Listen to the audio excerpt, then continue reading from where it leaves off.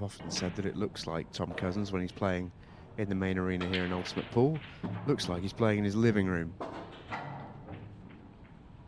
At the minute, he probably spends as much time in it. Yeah, true. I thought this was going to be a brilliant layout. The way they were, I mean, it was a lovely break, and all of a sudden, the last couple of rolls, ball's tied up on the left-hand side. It's a messy layout all of a sudden, so this is a challenge. Red and yellow together. If you go reds, how would you get into that problem? And if you go yellows, same problem really. Where are you getting into it? Maybe if you go, I think you go yellows and get on the low one, that nudges open the next two, but you're leaving your bad ball late then. Well, tried to go into the cluster of three there, and if he's landed on the bottom one, he's been a little bit fortunate.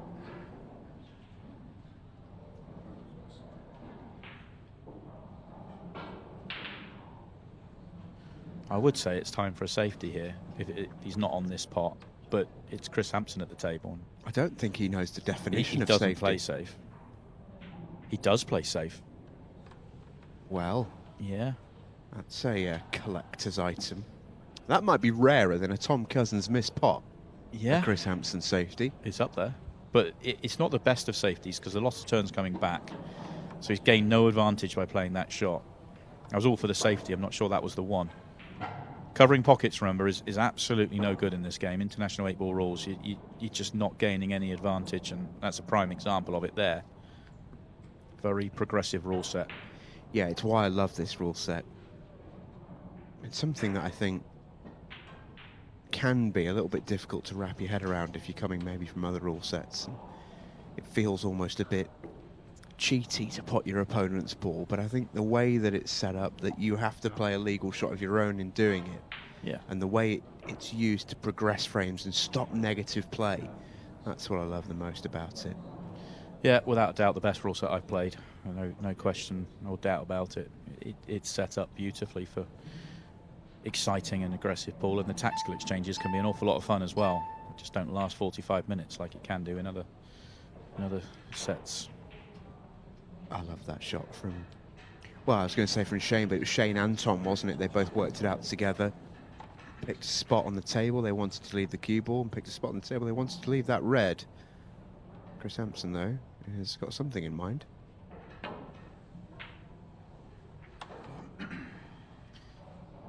Okay, so he's given away the chance. He just kind of needed those two to stay together, and he was taking a risk that they would, but what else could he do, really? He lost the tactical exchange. Now it's a case of can Tom and Shane put this finish together. They've got to find a way of developing these two reds on the right-hand side. It would be very fortunate if they were set as a plant to play in off the red. Maybe not a risk worth taking. Well, I think they put that red there with a view to using it to develop the two on the rail, just bumping it a little bit from that ball. Or someone pops over the middle pocket and yeah, you're away. That wasn't a missed pot, by the way. Tom wasn't trying to pot that. Is exactly what he's wanted to do here. He's done. Slightly trickier this time for Dave to play the loss of turn back, and it would be a risk to leave a ball on, although I think if he could play it and left the cue ball in that bottom corner, it wouldn't be a bad option. Yeah, that looks a good shot.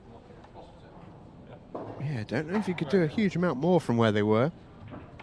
Now they're looking at the plant. Now they're looking at plant off red. I think it's very, very close. And I think that's exactly what Dave pointed at straight away, was that he'd left this shot.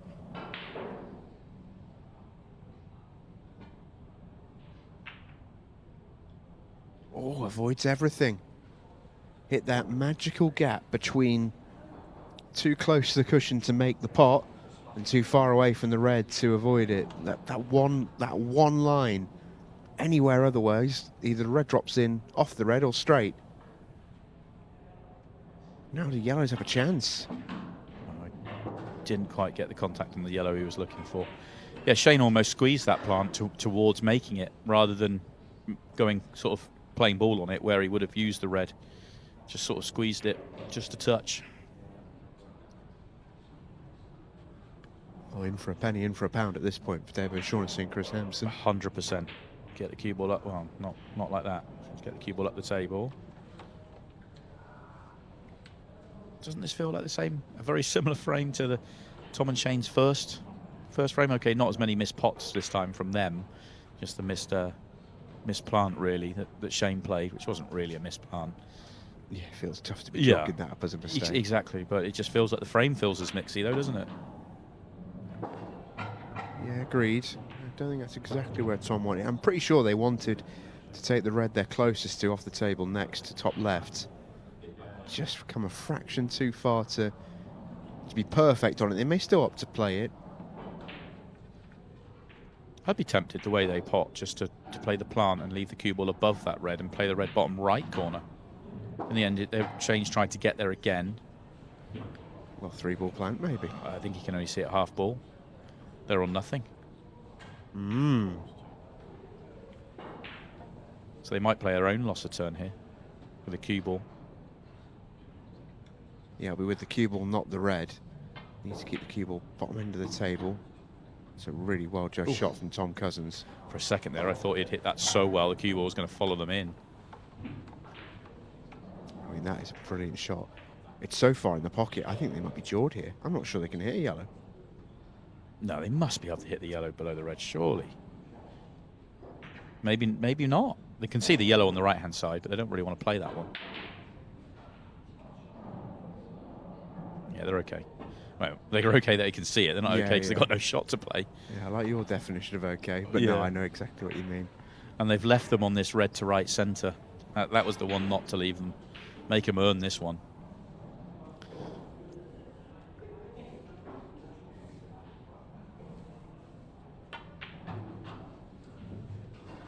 Yeah, mixy frame, and we've seen plenty of them tonight. That's been the tagline of the evening. Every frame has felt like its own event, and this, no different.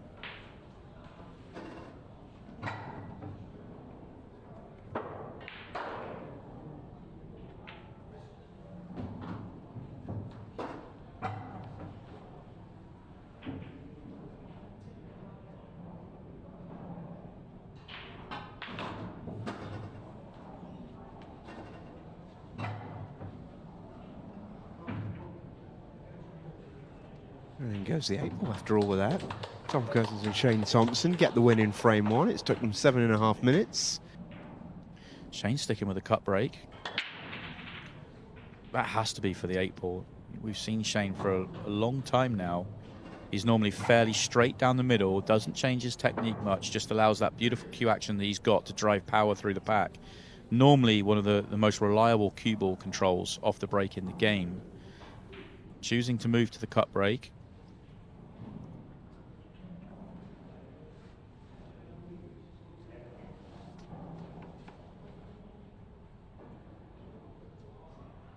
And he's also one of those sort of break evangelicals as well.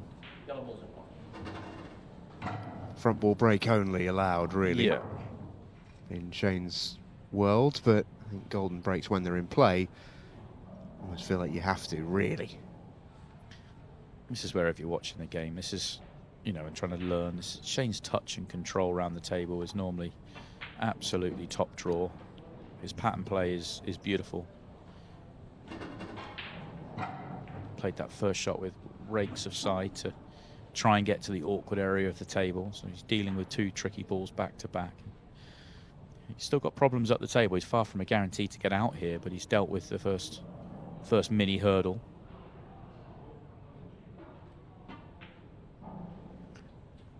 Slight deceleration there.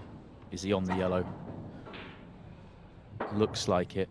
Still think he decelled a little bit on that shot. Didn't quite kill the cue ball like he wanted.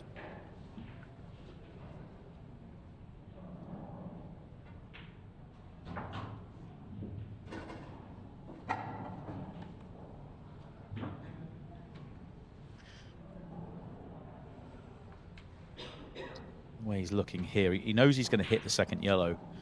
Looks like he's going to finish above that yellow and looking at what he's going to leave into left centre pocket. You could try and screw this back and knock it towards the top left corner.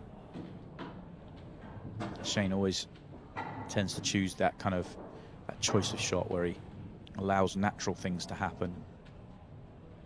Always just manipulating the natural.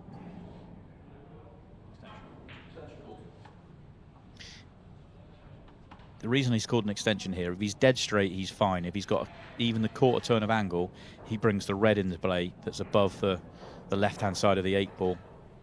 Yeah, he's fine if he cues it well. Just got there.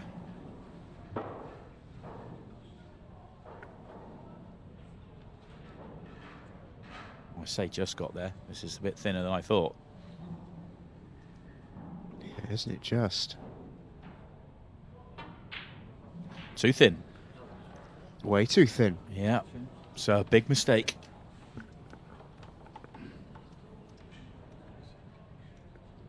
Just shows you if he's not even quarter of a turn straighter on that ball to the centre, it's no problem whatsoever. If he played that shot firmer, which is so easy to sit here and say, it doesn't react the same way. It throws wider and he gets even more of the red and he's even more not on the 8-ball. So tried to kind of play it with as much pace as he dared and just got enough of the red to cause him a problem. But he's going to get a second opportunity.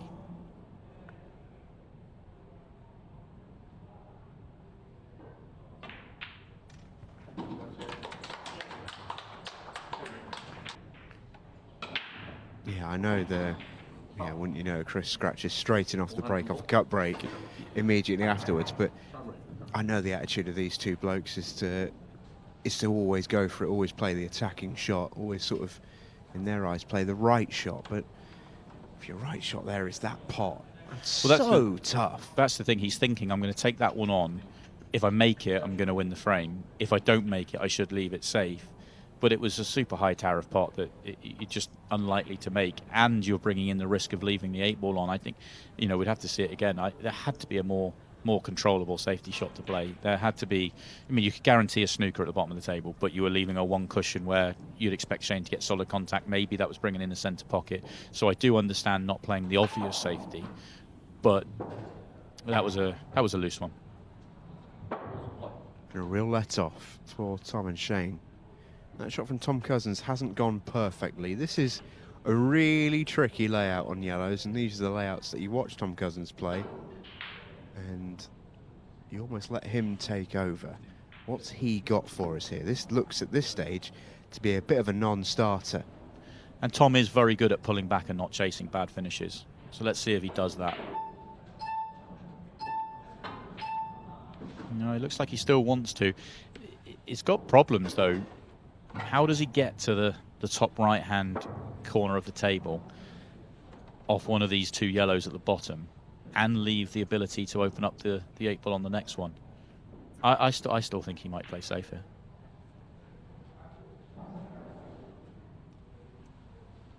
You know, flick this one in with loads of side. Come 2 cushions, 3 cushions potentially. Gets the 2. Oh, that's beautiful. I mean, that is beautiful. Now, he's actually hit that too well.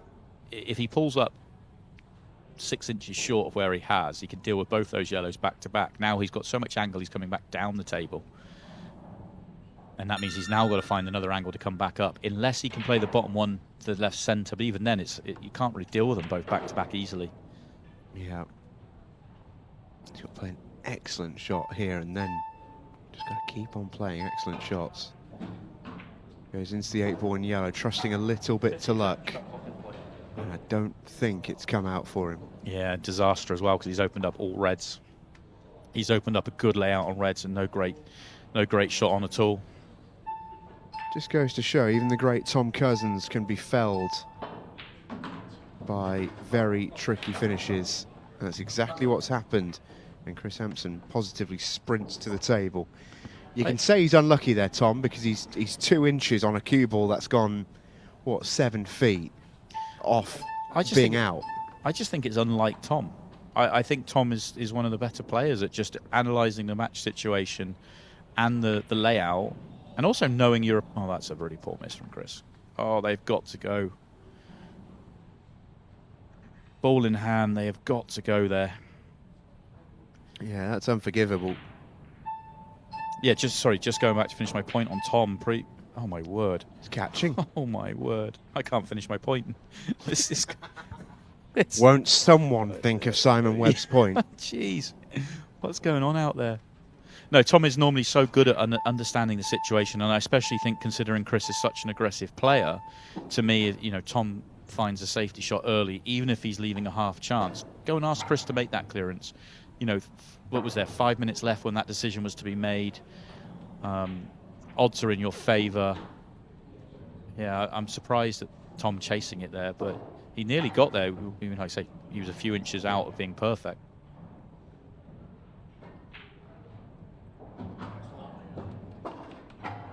Kris looks like he's in shape to get out here. Tom Cousins puts his cue away, scratches his head.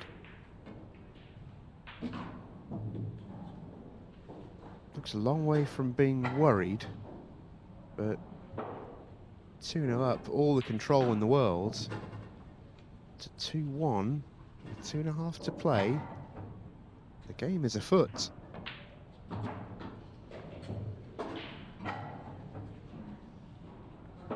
And actually, to Kris's credit, after a jarringly poor miss on the red cue ball in hand, he's cleared these up beautifully, because they weren't easy, especially at the bottom of the table. Very, very nicely played. Yellow is the insurance. 2-1, 2 minutes and 12 to play. Oh,